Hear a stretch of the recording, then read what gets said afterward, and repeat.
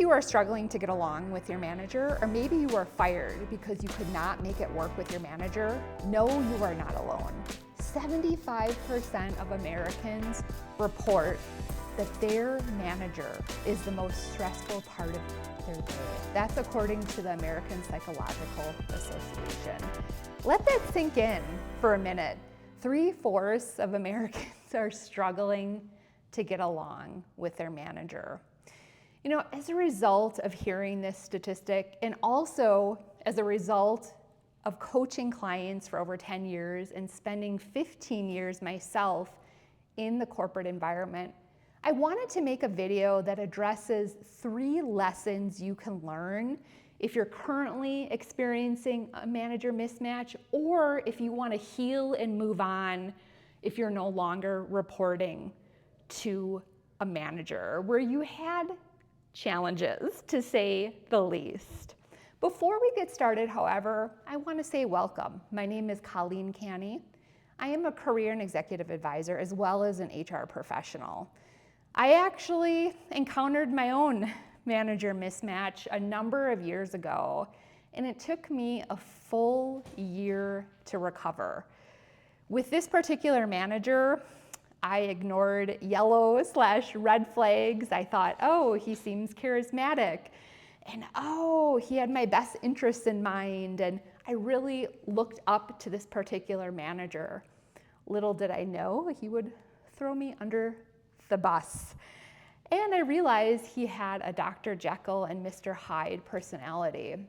And so even though this particular experience was quite painful, I learned a lot about a healthy relationship with your manager and what I personally need to thrive. In working with many different coaching clients, I have seen different themes that have emerged when it comes to relationships with your manager. On that note, let's kick it off with lesson number 1, which is look in the mirror. And I know you're thinking, I don't want to look in the mirror. Are you kidding me? My manager was terrible, or they currently are terrible. And you can share this long list of reasons as to why your manager is not competent, why they shouldn't be a manager. We could go on and on. What I think is important to recognize is it takes 2 to tango. I know this is a cliche statement, but think about, in every relationship, we have to take ownership. We have to take responsibility of how we either contributed to the success of the relationship, or if you're watching this video, how we may have contributed to the demise of the relationship. When I'm working with coaching clients who really want to understand themselves and their manager, I often pose a series of questions such as, did you express your needs to your manager? Or did you expect your manager to read your mind? For example, if you have a strong desire to get promoted, does your manager know that? Have you made it clear you want to move forward? You want to develop, you want to grow, you want to have a big impact in your organization?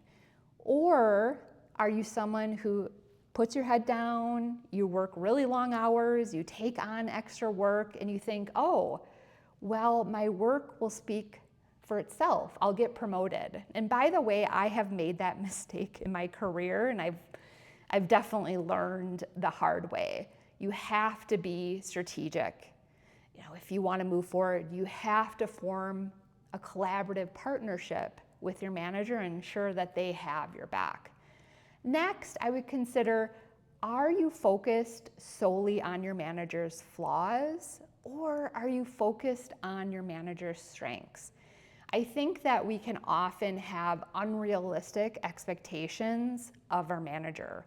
We want them to excel when it comes to coaching and mentoring. We want them to be a strategic powerhouse. We want them to excel in problem solving.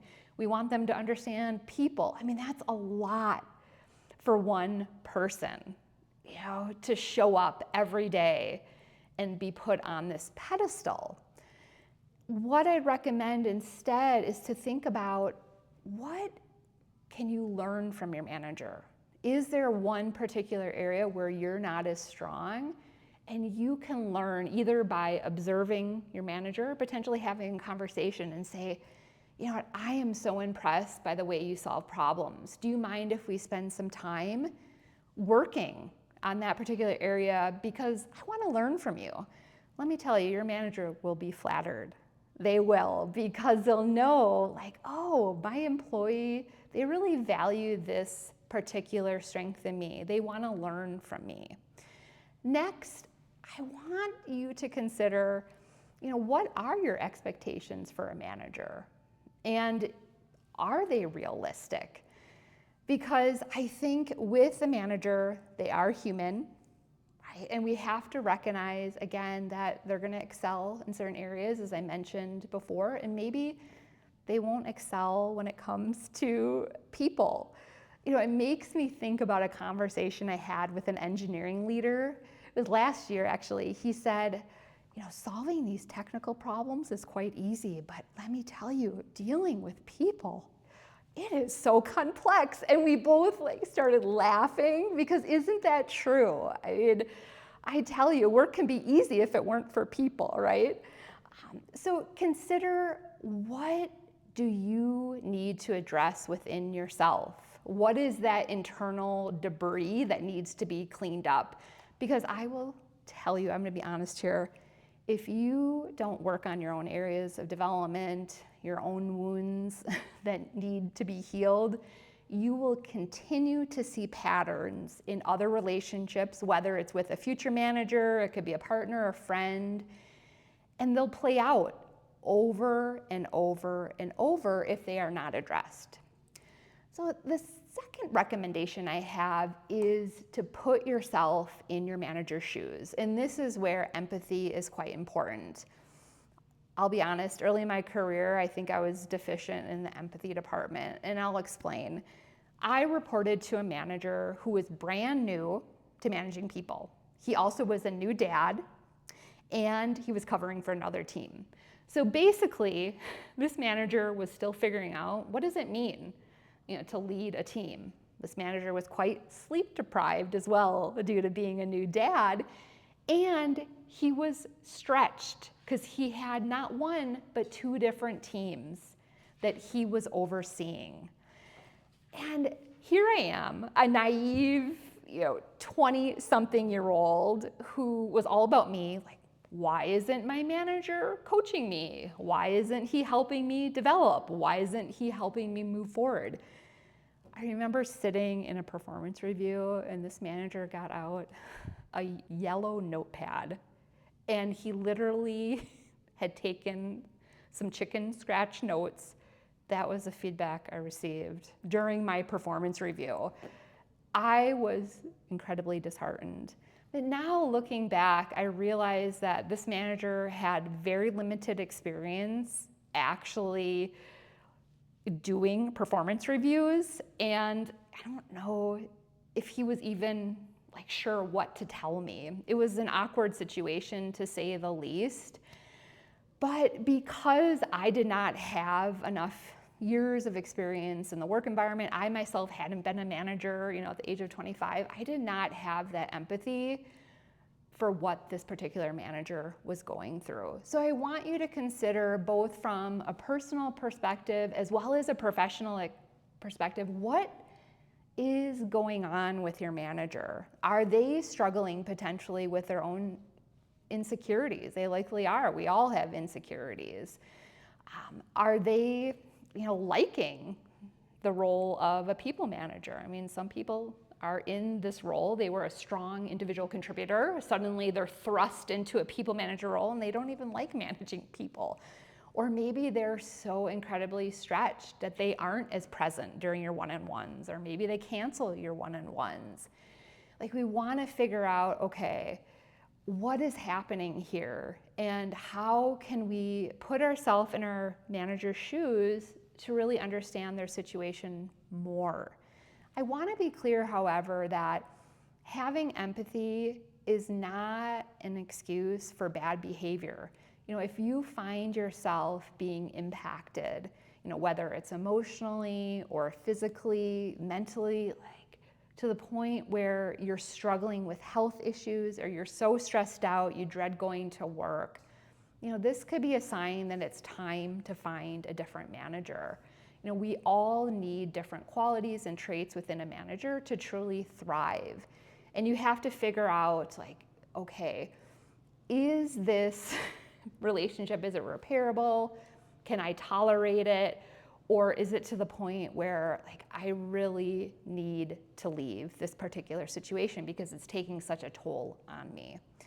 And then finally, third, I recommend understanding your truth, okay?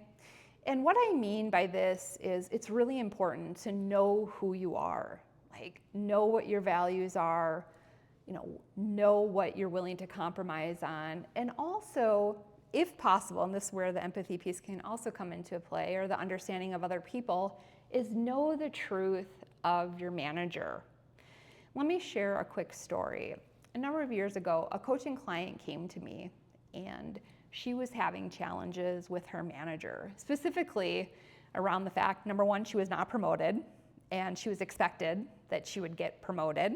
And number two, feedback she received around this promotion or lack thereof was related to her passion. Her manager said, "You are too passionate." This is quite personal. As you can imagine, like, it was hard for my coaching client to hear this feedback. And while we worked together, what I observed is, yes, she absolutely was passionate. She expressed herself. She had a lot of enthusiasm, a lot of energy. And what I learned about her manager is that he had the polar opposite personality of her. He was more serious. He was more emotionally reserved. He seemed to have a strong bias towards employees who were more buttoned up. They showed up a little bit more robotic. He also had spent, I think it was 10 years at a top consulting firm where there was a certain way of communicating, problem solving, working. And my coaching client was much more right-brained, creative. She did not come from a highly structured consulting firm. So what we have here are two people who had the polar opposite personalities. And it was important to recognize, what is the truth here? The truth is, yes, this coaching client, she was passionate. That's how she's wired. She liked being passionate. She liked expressing herself.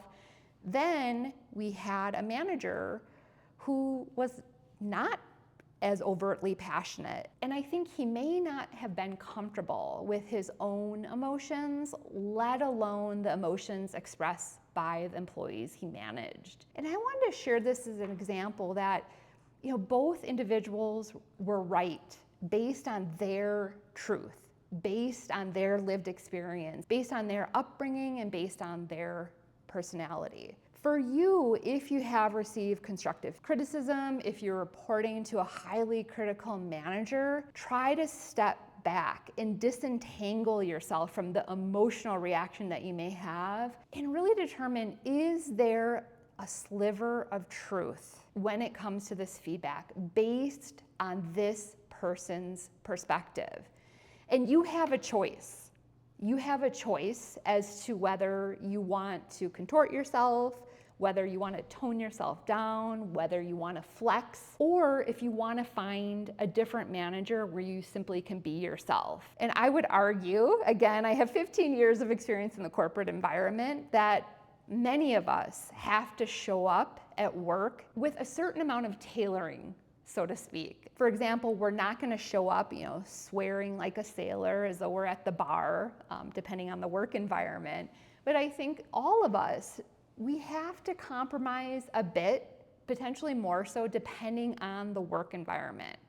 Now, if you're having to compromise so much so where you're showing up as a different person entirely at work and it's taking a toll on you, as I mentioned earlier, that's where you may want to find a different manager or a different work environment.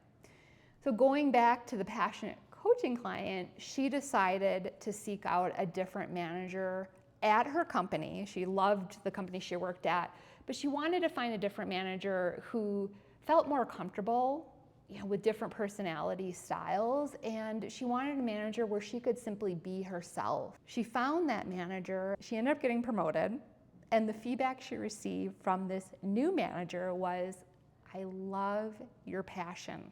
Your energy is contagious." So know if you're feeling defeated, if you're feeling discouraged, if you're feeling a bit like broken down because of a manager mismatch, we have to be careful not to allow one person to dictate our self-worth. I've mentioned this before, there are 8 billion plus people in the world. We cannot allow one person to define us. We can learn from a manager mismatch, that's the point of this whole video, and really figure out, okay, am I giving my manager enough grace, right? Am I taking responsibility for my own part in the relationship? Do I have a clear understanding of what the truth is? And I want to end with this. No manager is perfect. And I know I'm stating the obvious, right? But we really have to figure out, okay, is my manager the right person for me at this point in my career? Can I really make a healthy relationship work with this manager? If not, that's when it may be time to say goodbye.